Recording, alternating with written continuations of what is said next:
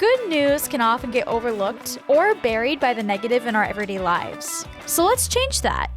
I'm Adriana. And I'm Wyatt. We're just two ordinary people without any special qualifications or anything, trying to navigate life. We invite you to join us as we share wholesome stories, news articles of hope, and ideas about how we can all make the world just a little bit brighter. We are Uplifting Positive Stories.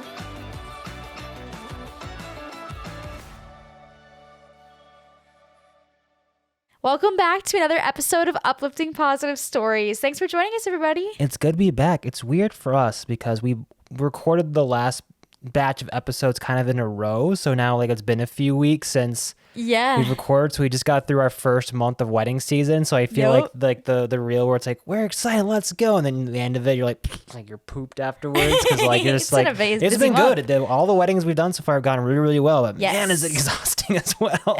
Fortunately, we get a little break coming up here. So hopefully we can enjoy a little bit of the summer air. Yeah. And yesterday I got to be the matron of honor at my best friend's wedding. So that was really, really fun. And more importantly, she looked really happy the entire day. Yes, she did. Happy, smiling, and crying, happy tears throughout. Yes. So that was awesome. But yeah, so today's topic is all about simple acts, huge impacts. So it's all about little tiny things that people did that really probably made a huge impact to the person that received it, and more just ideas of things that we can do in our everyday lives that don't take a lot of effort, don't take a lot, but they could really make someone's day in a way that you couldn't possibly imagine. So it's kind of like an acts of service episode a little bit. Yeah, like an acts of service episode. So all right, yeah, I'm here for it. It's going to be really good. We're going to start off today on the Ask Reddit subreddit. The question is, what is the nicest thing you've ever done that nobody knows about? And the first story is, I was at the airport waiting for a connection and I had just finished the last Harry Potter book. I walked to the airport bookstore for something new and there was a woman with two blind kids, preteen and teen. She was reading Harry Potter to them from the display and they listened joyfully. I had never seen kids so enraptured. Obviously, she wasn't going to get far in the book. I asked her about it, and she said she couldn't afford the book, so she reads them a few pages every time they are at the bookstore. I told her to stay right there, and I ran back to my luggage, got my hardbound copy, and ran it to them. They were shocked. The kids reached up and touched my face and thanked me with such emotion, I nearly cried. Yeah. That's sweet. Super cool. And he was done reading the book, so what was he gonna do with it? You know what I mean? Obviously, he could reread down the road. There are people down there that like to reread books. I'm not one of those people. I don't love rereading books, but I know there are people out there who do love rereading books. So that is a personal sacrifice if they are someone that does that. But just a super thoughtful idea that, okay, well, if they can't afford it and they obviously seem like they really like this or really into the book, maybe I'll just give them mine. I thought that was really, really cool. So again, little things, but super cool. All right, on to the next story. Same subreddit, same question. This story says, this isn't the nicest thing I've ever done, but I just did it, so it comes to mind. I've worked at Bath & Body Works for years, and I have acquired mountains of this stuff, most of it unopened. It just made me angry looking at it. I don't need all this crap, and it makes me feel bad that I have it. So I made up 10 nice gift baskets, and I brought them to the battered women's shelter. I didn't tell anyone, though. It just didn't seem necessary. Except you guys, of course. I know it's not much, but it made me happy to do it. Yeah. That's a nice thing to do. Yeah. I know, at different jobs that I've worked too, there's sometimes free stuff you get, just things that they're like, we don't need this. If any employees want to take them home, you can. It just happens at a lot of places. And so, putting that extra thought, hey, I don't need it, but maybe someone else would actually really appreciate this. It's what's your junk could be someone else's treasure. Right, exactly. Bath & Body's Work stuff is nice, And so putting that extra thought, oh, I bet you some women at the battered women's shelter would probably really appreciate this. And that would probably make their day to get a little gift basket like that. So let's put it to use instead of just tossing it, Is Bed Bath & Beyond even still around? Or is it just our local one that went down? You mean Bath & Body Works? Bath & Body Works. Oh. Yeah. It's lotions and candles no, I understand. Stuff. I got the two. I get brain you. wires crossed. I like to hope I'm not the only one out there, but I could be, and I accept that. It happens. I accept responsibility for my getting my wires crossed with the names. Those are similar names, but yes, they are.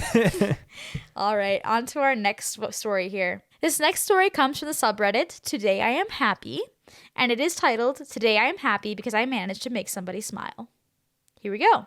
I had a presentation to do today, and I hate public speaking with a passion. I think I did well, but it was still very nerve-wracking. I ended up going to the dollar store with my mom after class, and there was this very kind cashier there. I wanted to make her happy because that makes me happy, and I needed it after today. And because she seemed so sweet, so I asked her what her favorite chocolate bar was because I wasn't sure what to get. She said, Wonder Bar, so I went and I got 2. I told her no bag. She asked if I wanted a receipt, so I said no thanks and slid one of the Wonder Bars across the counter toward her and said, and you can have that one. Her face instantly lit up even behind her mask, and she was so thankful. It cost me 82 cents to make someone happy for the day, and that just made my entire day better. Everything I did today, including the presentation, led me to meeting this kind woman and giving her a smile and a Wonder Bar. I don't know, it just feels great. I hope she enjoyed her chocolate. I highly suggest doing this for a cashier if you guys are able to. It really made me feel good seeing her eyes light up like that. Oh, and I've never tried a Wonder Bar before. It's delicious. Yeah. Kind of reminds me of another story on this podcast. It was with like Girl Scouts, or like at the time the equivalent of Girl Scouts. It wasn't quite exactly Girl Scouts, where they would ask the Girl Scouts like, "Oh, what's your favorite chocolate or cookie?" And they'll be, "Oh, it's this one," and then they buy that box and then give it to them. Yes. Mm-hmm. Yeah, very similar concept. I like this one. The reason why I included this one too is I like the idea of sometimes we can dwell on something if we're like, oh, I'm worried I did bad with that, or I'm worried that didn't go well, that kind of stuff. We can kind of get in our own heads, and that's kind of a nice distraction when you do something nice for somebody else too. Like, it benefits them obviously, but it also benefits yourself, and a nice little like boost for your self-esteem if you're feeling kind of low. If you had like a test that you took and it didn't go well, or a job interview and you're not sure how it went, you're feeling uncertain, like doing something kind can sometimes make you feel better about yourself, and you'll think about that and less about the thing that you're feeling anxious or uncertain about, you know? So I thought that was kind of a cool example of that. And fuel for the soul. And fuel for the soul. Very true. Our next story here comes from the subreddit Benign Existence, and it is titled, We Used to Have Butter Dinner. Butter dinner? Butter dinner. Here we go. At face value, that sounds like that'd be not so good for your health, but I'm assuming it's not what it sounds like just at first. Just a stick of butter. All right. You get a burger that's just like carved out of butter, or like fries are like just like shades, like the shreds of butter, and like nasty. Yeah, I know. It's really getting more gross the more that, your doctor will thank you. Yeah, for sure. Here we go. I've been thinking a lot about my childhood recently, particularly how unbelievably skilled my mother was at making fun, interactive, and varied dinners for our family, even as she worked part-time, mommed full-time, coached our various teams, etc. One of those meals was butter dinner. At butter dinner, you were served steamed king crab legs, steamed artichokes, and your own personal ramekin of melted butter. My little brother and I look forward to it all year. We had butter dinner once or twice a year. Alaskan king crab legs would occasionally go on sale at Costco for a big markdown, so it was a special occasion. We rarely ate out as a family, so this was truly fine dining to us. I can't wait to do it with my own family someday. Yeah, I mean, king crab legs that's no joke. Yeah, exactly. And so that to me was just another example of how you don't have to do something big for it to be impactful to somebody. Like, just making those special memories. It's about the presentation.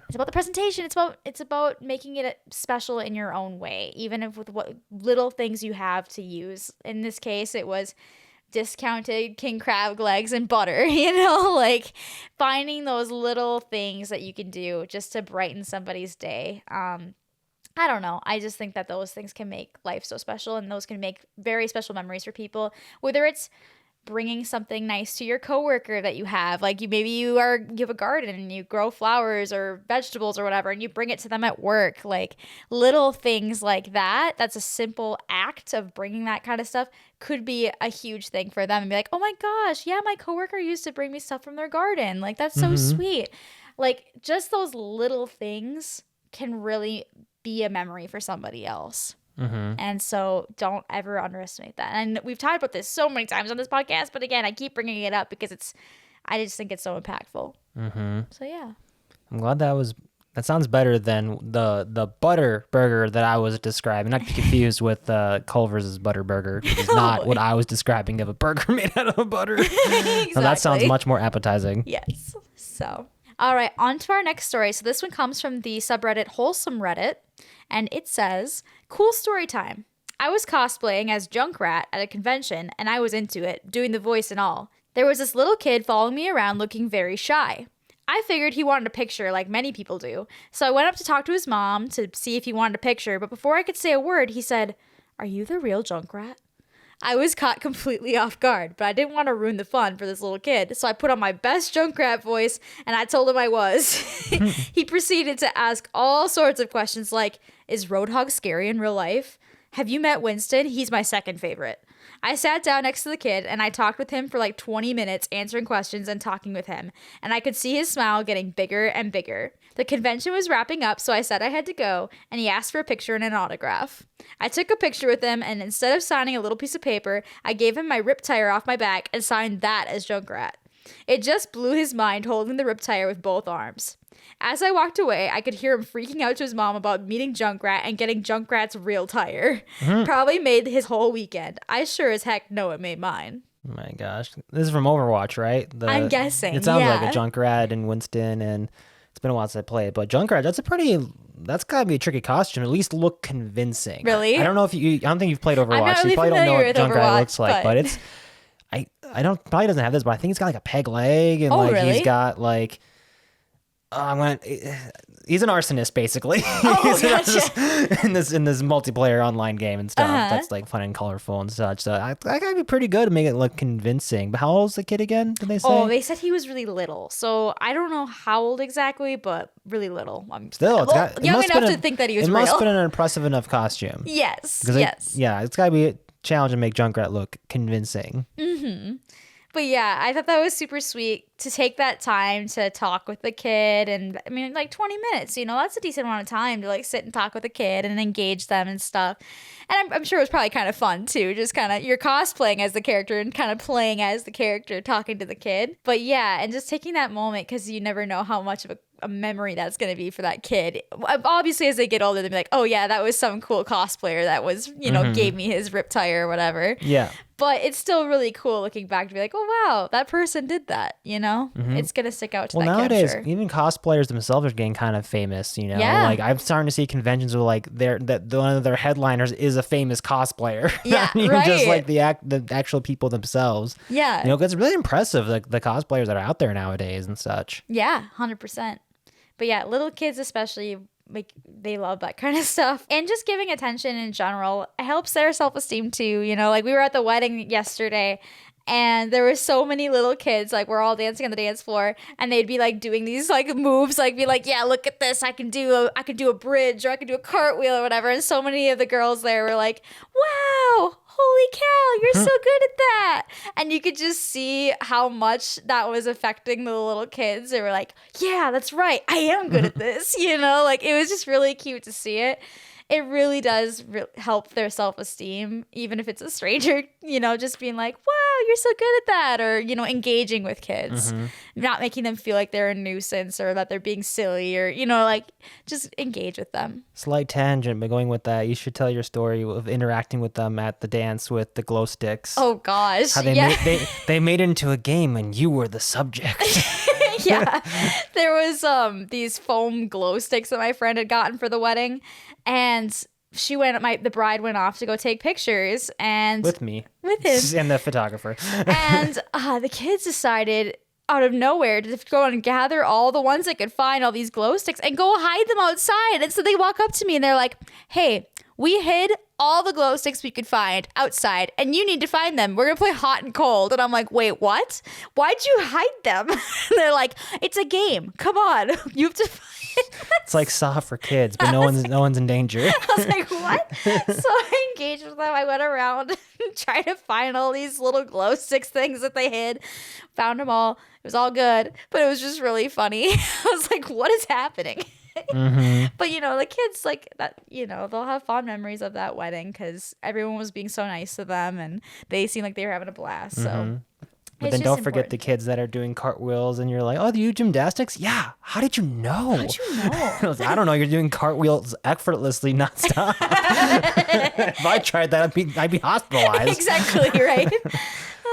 funny. All right, on to our next story. So this one comes from the subreddit Ask Reddit, and it is titled, "Okay, Reddit, for a change, tell us some heartwarming stories / things you've done."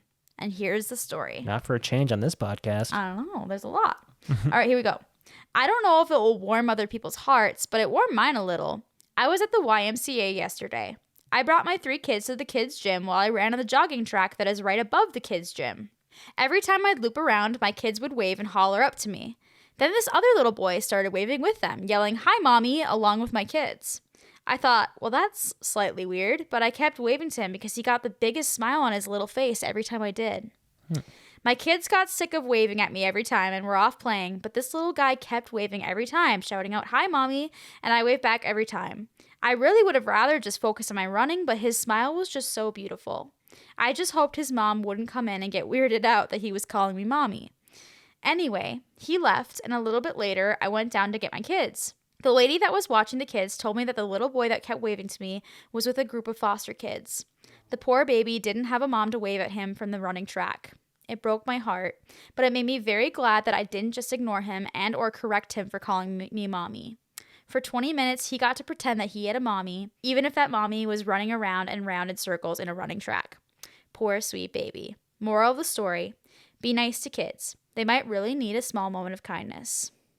That's so sad. I know, but it's also really I know, sweet. it's ultimately a heartwarming and sweet story, but Yeah. that's so sad. That's so tragic. I know. That was like the saddest option you could have chosen. Like, well, maybe, I don't know. There's probably sadder options out there, but dang, that's... Oh, man. It goes along with that last story of, like, you never know with kids, you know, how they're being engaged with, how they're feeling and stuff. And so not ignoring them, engaging them, and, you know, because that can make a huge difference on their lives, because that kid's going to grow up to be an adult, and that's going to shape their worldview, you know, if people are ignoring them or if people are accepting them, you know, or those kind of things. So especially with kids and adults, but like, just engage with people, you know, don't ignore people. You never know how that simple thing of just waving back could be a huge thing. Simple act, but a huge impact to that kid. Yeah. So anyways. How old was the kid? Doesn't say, but must have been pretty young. So yeah. They gotta be fairly young to be in the kids club child care at the Y. Exactly. So yeah. All right, on to our news article for today. So this one comes from this news site EcoWatch, and it is titled, "EU well on track to meet its 2030 climate targets," European Commission says. That's good. That's good. Yeah. So I'd heard about their climate track and how they were trying to be very ambitious and stuff to try to get things with the climate change back on track by 2030. But it's kind of cool to see more concrete examples of how it's actually been working. So as it said, the European Union is on track for its climate targets. They have found that they have achieved a 54% reduction in greenhouse gas emissions compared with 1990 levels by the end of the decade. They're only 1% short of their legally binding goal at the moment. So that's really, really cool. To quote the article, Teresa Ribera, Executive Vice President for European Parliament's Clean, Just, and Competitive Transition, said at a press conference, "The cost of inaction is rising. Every climate disaster we are unprepared for hits harder. It imposes more cost to our economy, and it creates more social harm." Basically saying, by not acting and not fixing these things, it's going to end up costing us more because of the different climate disasters and stuff like that, trying to pick up the pieces of that and trying to fix things after such kind of disasters happen. It's more important to be proactive instead of reactive, basically, and try to make sure that we make these targets before, you know, it's too late, basically. So I thought that was a kind of profound comment there. Dan Jorgensen, European Commissioner for Energy and Housing, has said that we have reasons to be proud, although we cannot be satisfied. We've come a long way, but we're not where we need to be yet. They have a goal to be carbon neutral by 2050. And they're hoping to set a goal by 2040 to reduce our emissions by 90%. Okay. Crazy, right? I don't even know where our goals are at right now in terms of where things are at, but they're not wrong in terms of inaction, like honestly costing more in the long run. I mean, look at what's happened nationally, like out west with fires and such, hurricanes getting seemingly worse, and even here locally, we've had a spring of a pop-up of various wildfires. It's been so dry. It's been really weird. Yeah, in fact, like I'm pretty sure the New York Times dropped our climate refuge status after Did the it last. really? I think so. Man. After our last batch of wildfires up here, that lost like over 100 cabin structures and such up north. And I think as we're recording this, we're in an active air quality alert from fires up in Canada right now of smoke coming in. So like that just keeps happening every year. Right. It didn't used to, but the last several years, it's been nonstop. Right. One thing that it says in the article that was kind of promising, I thought this was a really good quote. Europe is proving that reliable and predictable science-based targets and adequate regulation deliver.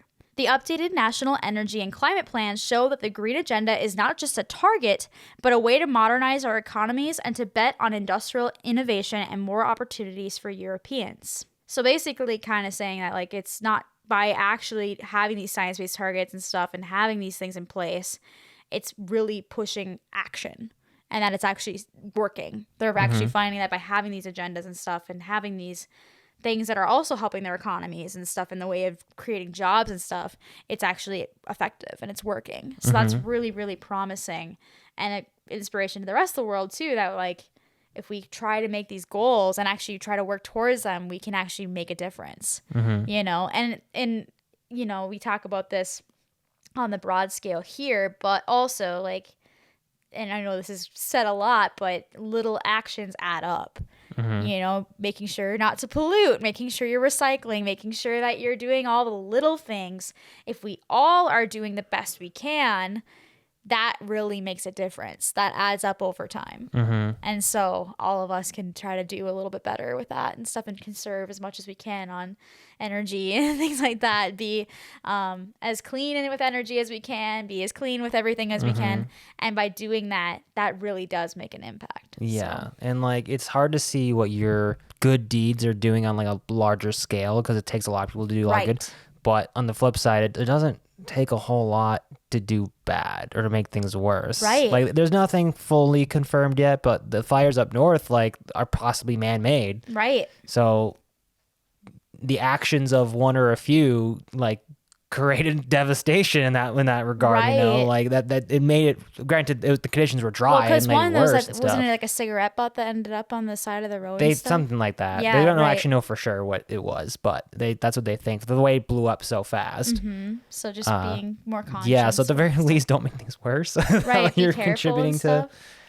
Yeah. Yeah, I thought it was really interesting I don't have an article for this specifically, but in 2020, how they saw like with people going out less and people like, not driving as much and stuff like that, how much of and not going to the beaches as much too, with like the garbage on the beaches, how like that drastically changed things.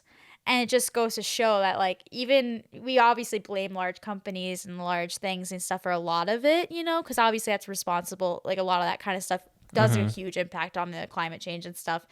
But we can also see that there was a huge difference in 2020 when people weren't driving as much, when they weren't adding garbage to the beaches and stuff like that. And so it does show that when a little bit of things are done by a ton of people, it adds up. So taking that initiative ourselves to make sure that we're not contributing to the problem and try to do the best we can. Obviously, no one's perfect and we're never going to be perfect at it, but doing our best. Those small little changes in our lifestyles can actually make a big difference in the long run. So yeah, just kind of nice to see a good example of that and that it's working. So that's really, really, really cool. And with that, we will end today's podcast. Tune in next week for our next episode, which is all about ways of expressing care. So yeah, it's going to be a really sweet episode. I'm very excited for it. Have a care and join us next week. Yes. We'll express it. If you have any positive stories that you would like to share, we would love to hear them. You can send them to us at upliftingpositivestories@gmail.com, or you can go to our subreddit, which is Uplift Positive Stories, and you can post it on there. And if you're watching on YouTube, please hit that like and subscribe button or leave a comment. Thanks so much for joining us, and have a wonderful rest of your week. And stay positive.